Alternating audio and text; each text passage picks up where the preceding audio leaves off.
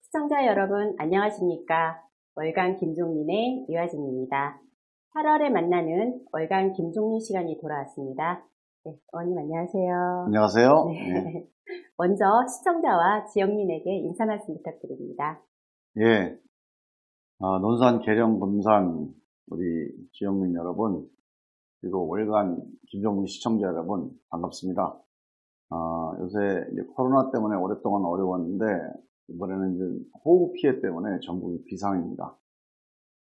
정부에서도 나름대로 최선을 다해 대처는 하고 있는데요. 이 어려울 때 이 어려움을 함께 나누고 또 함께 버티는 그런 마음들이 좀 소중하다고 생각합니다. 우리 이 어려움 함께 이겨낼 수 있도록 힘을 모았으면 합니다. 수도권에 이어 충청에도 비가 많이 왔습니다.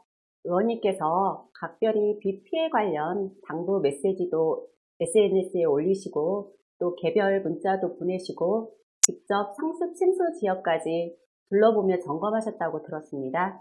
수도권에서 비 피해가 컸던지라 의원님께서 더 걱정이 많으셨을 것 같은데 어떠셨나요? 예, 지난 10일에 이제 충청에 비가 많이 내렸어요. 그 전날 비가 많이 쏟아진다는 이상 요구를 걱정을 많이 했고, 좀 우리가 행정이나 이런 데 대처를 좀 해야 된다 생각을 했는데, 당일날 이제 오전에 내려가서 한번 그 상황을 봤는데 비가 많이 오지는 않았고, 비가 오면 상습적으로 침수되는 그 상습 침수 지역이 있습니다. 미리 가서 한번 살펴봤는데, 그때까지는 큰 문제는 없었습니다. 우리 가야구의 야촌리나 원진의 성평리, 양촌의 모촌리 이런 데들이 주로 이제 문제가 많이 생기는 데들이거든요. 또 연못읍에도 그런 데가 있고. 그래서 그런 데들 공사도 좀 하고 손을 보긴 했는데 그래도 또 비 피해 때 이제 새로운 문제가 생길 수도 있으니까 한번 사전 점검을 해봤고요. 이제 지금 걱정이 되는 게 이게 서울만 해도 이게 80년 만에 폭우라고 얘기를 하잖아요. 그동안에 우리가 대비를 했어도 기후변화로 인한 폭우나 기상이변이 우리가 그동안에 대비했던 것 이상으로 항상 정도가 좀 심합니다.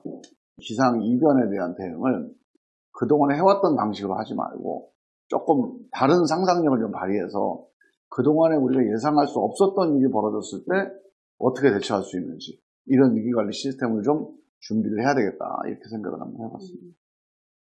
이번 폭우로 특히 수도권 피해가 심했습니다. 인명 피해도 있었고요. 그 어느 때보다 대통령과 정부 대응이 중요한데 위기관리가 제대로 안 됐던 것 같습니다. 대통령이 집에서 전화로 보고받고 지시한 것에 대한 비판 여론이 큰 상황인데요. 또 그 와중에 수해복구 자원봉사 현장에서 국민의힘 김성원 의원이 비 좀 왔으면 좋겠다. 사진 잘 나오게. 라는 망언을 해 또 공분을 샀습니다. 이러한 정부와 여당의 행보에 대해 어떻게 생각하시는지 말씀 부탁드립니다. 네. 저는 이렇게 생각합니다. 이번에 그 대통령께서도 약간 실언이라고 할 만한 그런 발언들을 하고 우리 여당 의원의 발언은 정말 국민들한테 상당히 충격적이었을 것 같아요. 야, 정치인들이 다 저런가 하는 생각이 들어서 저도 정말 막 화끈거릴 정도였는데 변명의 여지가 없는 엄청난 잘못을 한 거죠. 근데 정치인들이 다 그런다고 생각하면 우리 국민들이 잠이 오겠습니까? 다 그렇지는 않은데 하여간 그런 생각이나 어떤 사고방식을 한다는 것 자체가 저는 한국 정치가 지금 문제가 있다. 그런 걸 보여주는 큰 사건이었다고 생각을 하고요. 재난 관련된 이슈를 보면서 여당도 문제고 야당도 조금 시정할 게 있다고 보는 게 여당 원내대표가 끊임없이 이걸 문재인 정부 때 잘못됐다. 그래서 박원순 시장 때 잘못됐다. 저는 정말 잘못된 생각이라고 봐요. 이 자연재해 앞에서 문재인 정부와 윤석열 정부가 따로 있습니까? 또 둘 중에 한 사람이 그걸 정치적으로 이용해서 뭐 다른 그 상대방을 공격하는 데 이용한다. 국민들이 얼마나 그게 화가 나겠어요. 저는 그런 정치적인 어떤 문화, 행태가 이제 그만해야 된다. 이런 정치 놔두면 제가 보기엔 정치 전체가 좀 탄핵받을 것 같아요. 근데 이제 지금 보면 야당도 여당에 대한 정치적 어떤 공세 이런 것들이 좀 과도하다 싶을 정도의 것도 있는데 저는 뭐 국정 운영하는 거 잘못한 거는 정말 아주 세게 비판을 해도 좋은데 자연재해나 외교 안보 문제 이런 문제가 생겼을 때는 여당을 공격하는 게 중요한 게 아니라 그걸 어떻게 해결할까. 야당도 그런 관점에서 저는 얘기를 해야 된다고 봐요. 여당은 말할 것도 없고요.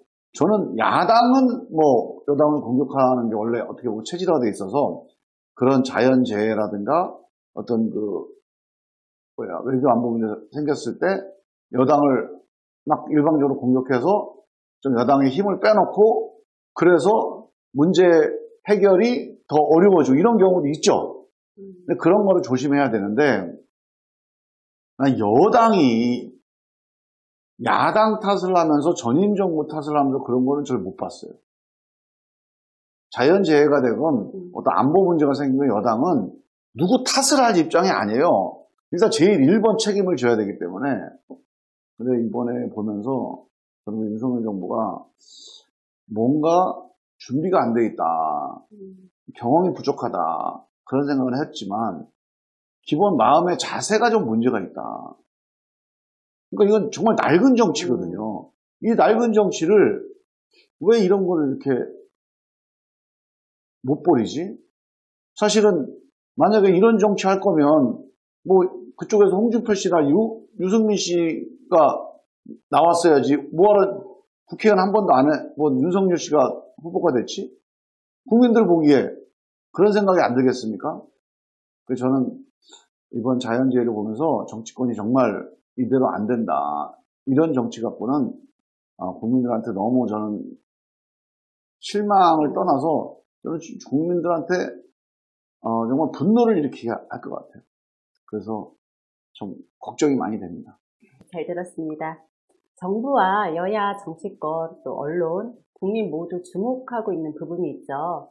취임 100일을 앞둔 윤 대통령의 국정 운영 지지도인데요. 2주 전에 윤 대통령 지지율이 처음으로 20%대로 떨어졌고 또 그 이후로도 계속해서 더 나빠지고 있습니다. 이번 주 발표된 한 여론조사를 보면 긍정 28%, 부정 65%입니다. 정말 심각한데요. 대통령의 신뢰도, 여당 리더십도, 또 정책 방향도, 리스크 대응도 뭐 하나 안정된 게 없는 것 같습니다.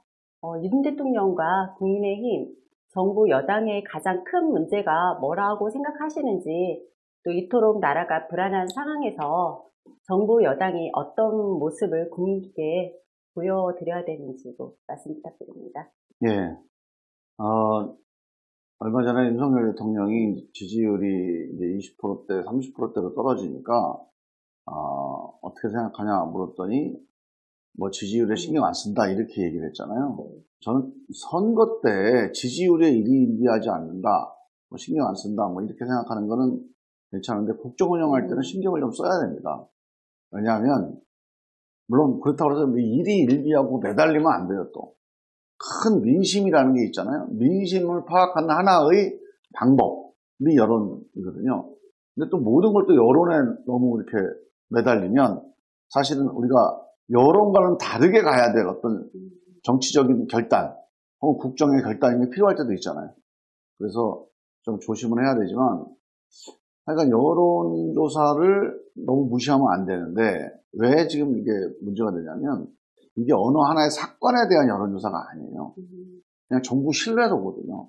지금 취임 100일도 안 돼가지고 30%대, 20%대, 어디는 10%대까지 나와요.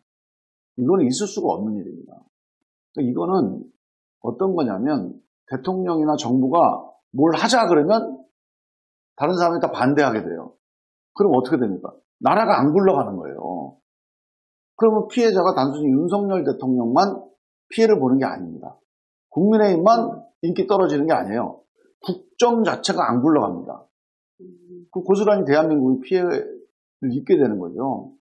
그래서 저는 이 정책에 대한 국정 운영에 대한 신뢰도를 끌어올려야 된다.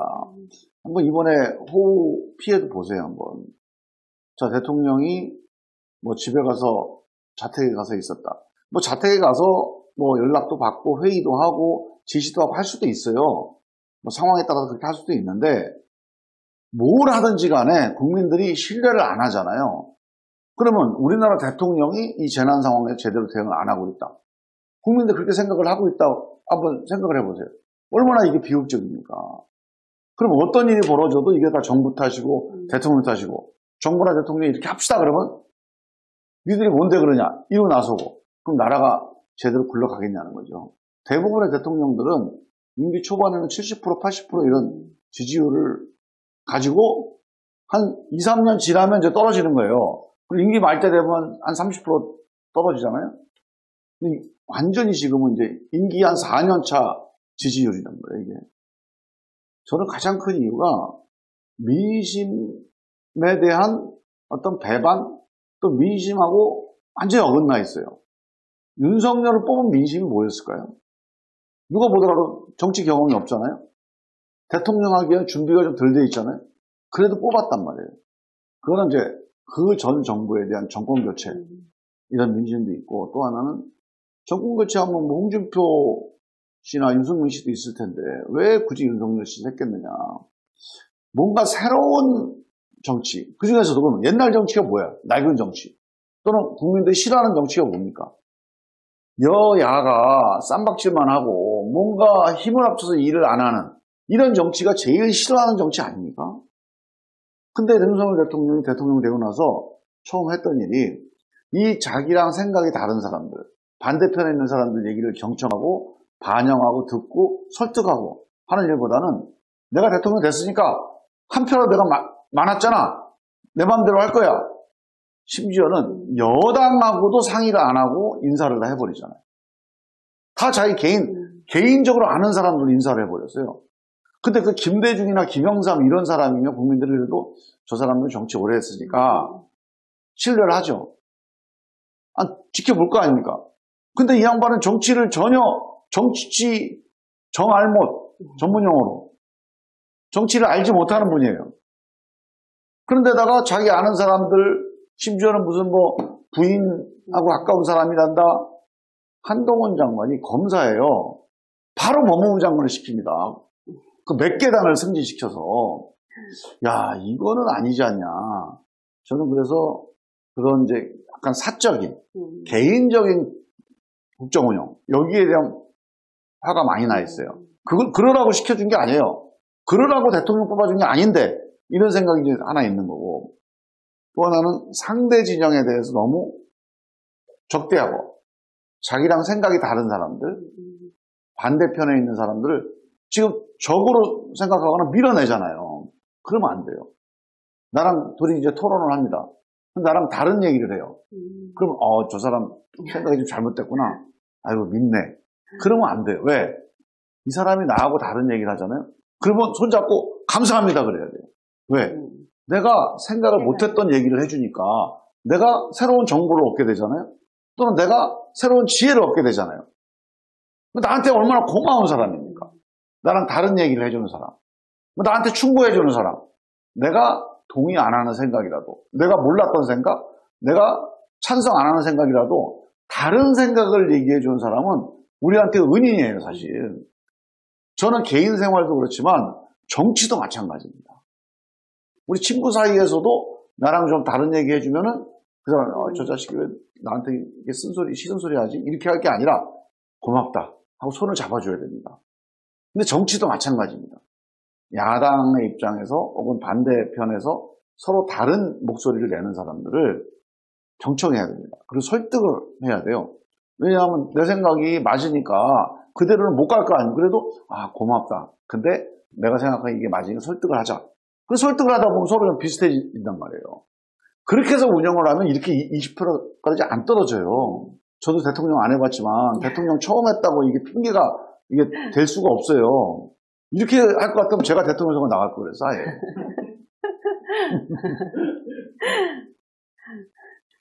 (3주) 전 국회 후반기가 시작된 지 50여일 만에 여야가 정말 어렵게 원구성 합의를 이뤄내고 상임위가 다 정해졌습니다. 상임위 위원장은 민주당 11개, 국민의힘 7개로 배분이 됐는데요. 지금은 국회가 정상적으로 가동되고 있는 상황인 거죠. 정말 다행입니다. 김종민 의원님께서는 이번에 정무위원회 간사로 임명되셨습니다. 네, 축하드립니다. 네. 의원님께서 지난 21대 국회 때는 법사위셨는데 이번에 정무위를 선택하신 특별한 이유가 있으신지, 의원님께서는 법사위 때도 공부 모임을 주도하셨죠. 이번에 어떤 공부 모임인지 설명 부탁드립니다. 예, 정무위는 이제 이름만 들으면 잘 모르시는 분이 많을 것 같은데, 금융 쪽, 그 다음에, 대기업과 중소기업과 소상공인 간의 공정거래, 가불관계, 뭐 이런 것들 이제 따지는 거. 그 다음에 국무총실이 있어서 사실상 거의 모든 정부 부처와 관련된 일을 다 다룰 수가 있습니다. 그 다음에 이제 국민권익위원회, 국민들이 이제, 이거는 문제가 있다. 이랬던 문제들을 제기하는 거. 그 다음에가 이제 보훈처가 있어요. 국가보훈처. 그럼 우리 이제 그 월남 참전 용사분들이나 아니면 뭐 그 상위 용사 국가유공자들 이런 분들 관련된 업무를 다루는 거죠. 그래서 되게 넓어요. 업무 범위가. 되게 다양합니다. 그리고 필요하면 모든 걸 다 다룰 수가 있기 때문에 그래서 정무위를 많이 가요. 저도 이제 여러 가지 고민을 하다가 우리 이제 지역에는 아무래도 대기업을 유치하는 게 상당히 큰 이제 숙제거든요. 뭐 우리 그 논산의 국방산업단지나 그 금산 같은 경우도 기업 유치 같은 게 중요한데, 그래서 기업들을 다루는 이제 상임위가 이제 정무위니까 그런 관점에서 좀 뭐 그 상임위 활동이 이제 직접적으로 영향은 못 미치겠지만 좀 시너지가 되지 않을까 하는 생각 같은 게 있고요. 그 다음에 이제 서민들과 관련된 이슈들이 많이 있습니다.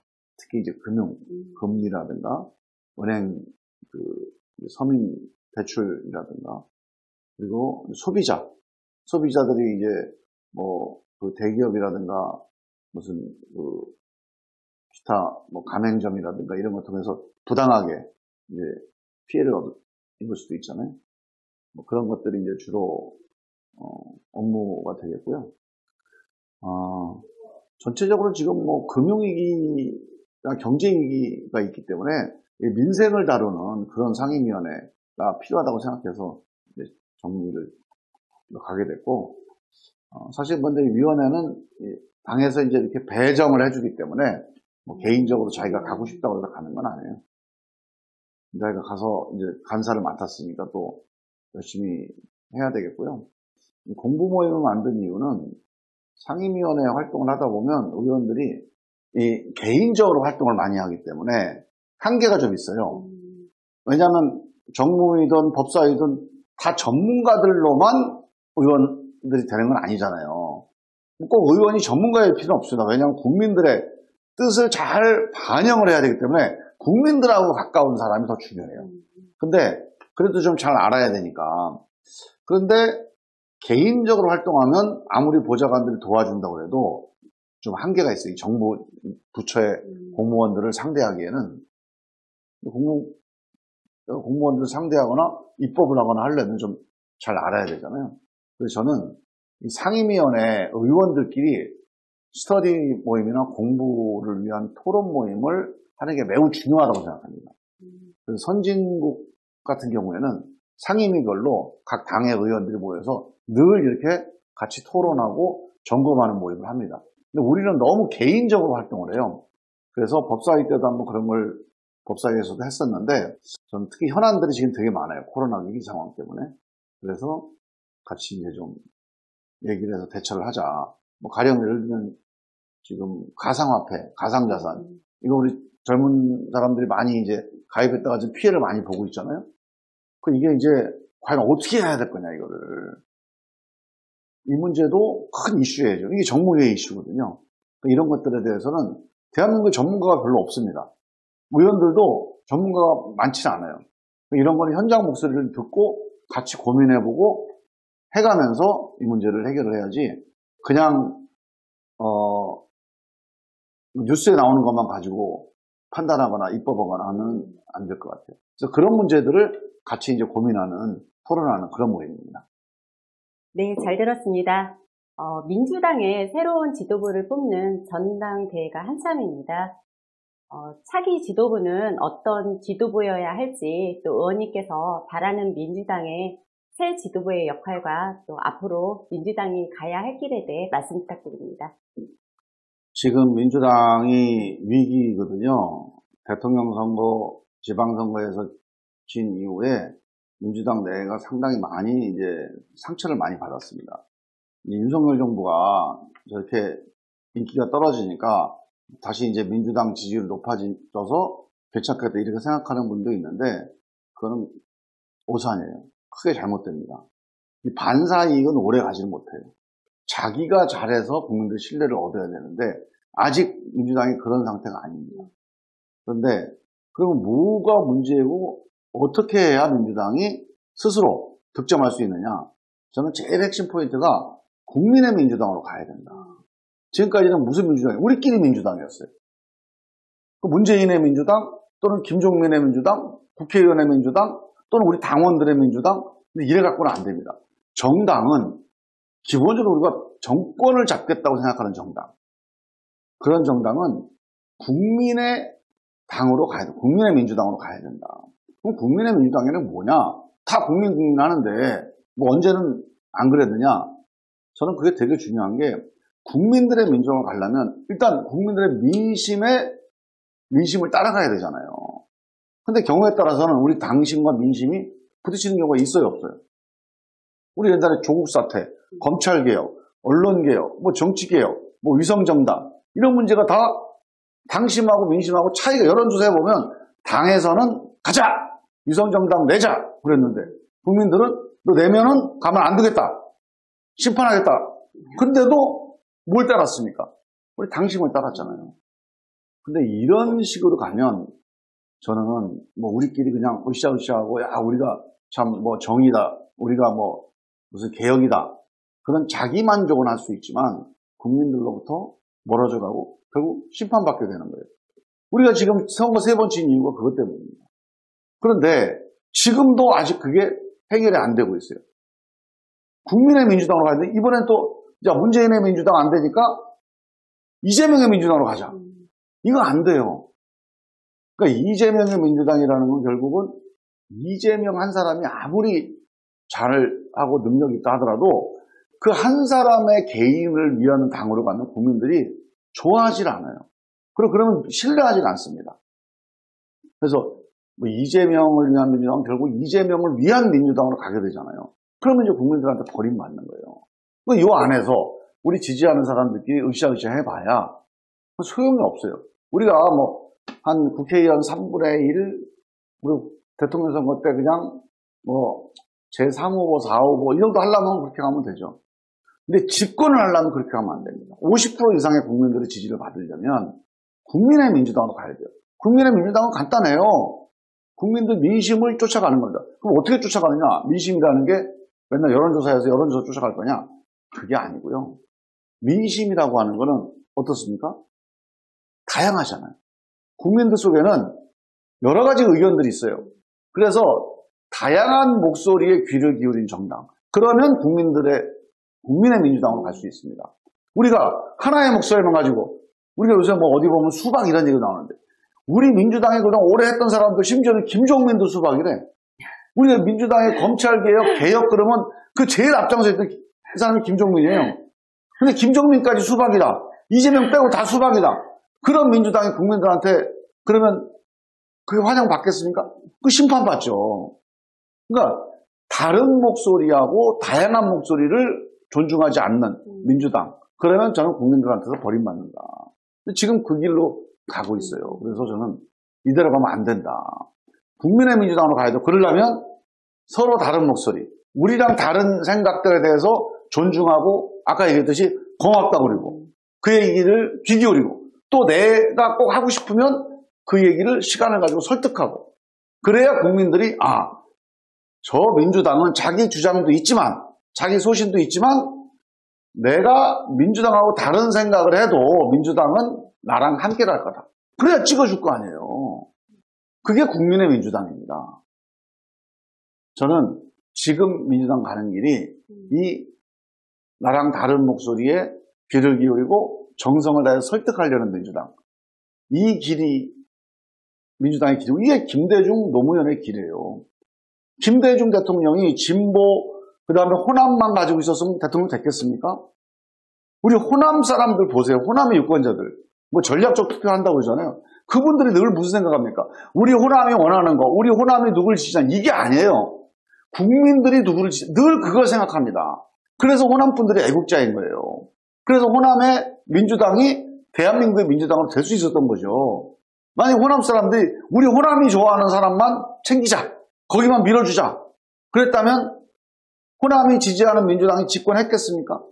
김대중 정신, 노무현 정신, 이 호남 민주당, 이 전통, 이 모두가 다 민주당이 나와 생각이 다른 생각에 대해서 조금 더 열려있고 존중하되 필요하면 정성껏 설득하는 그런 민주당이 돼야지 우리가 옳다. 나머지는 다 수박이야.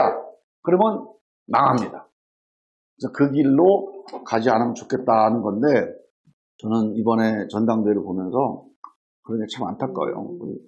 예를 들면 이제 이재명 후보가 지금 이제 1등을 달리고 있잖아요. 근데 저는 당대표는 당원들이 선출하는 거니까 뭐 이재명 후보가 되든 누가 되든 그건 당대표가 결정하는 거예요. 그리고 결정하면 또 우리가 같이 마음을 모아서 같이 이제 단합을 해야 되는데 근데 개항을 서울시장 공천 이런 건 다시 반복되면 안 되거든요.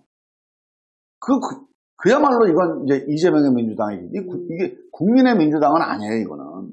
그래서 그런 것이 반복되지 않는 민주당이 돼야 됩니다.